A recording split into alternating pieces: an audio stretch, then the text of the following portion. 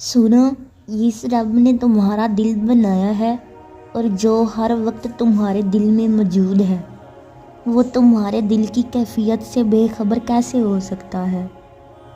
जो तड़प तुम्हें सजदों तक ले आई है, क्या वो तड़प बेकार जा सकती है।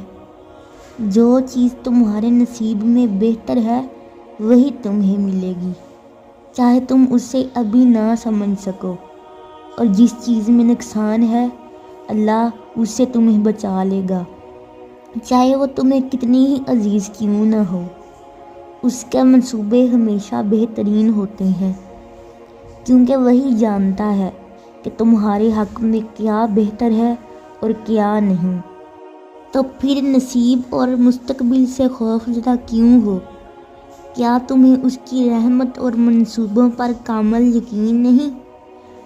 सुनो, तुम्हें बस अल्लाह का वादा याद रखना है कि अल्लाह सब्र करने वालों को पसंद करता है।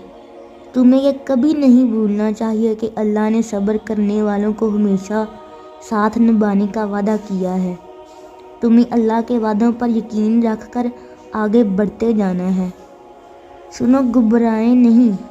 मेरे और आपके मामलात जिसके सुपुर्द हैं ना, वो बहुत गफूर और रहीम है। वो जिसकी मर्ज़ी के बगैर दरख्त का एक पत्ता नहीं हिल सकता, तो क्या वो हमें तकलीफ़ में देख सकता है।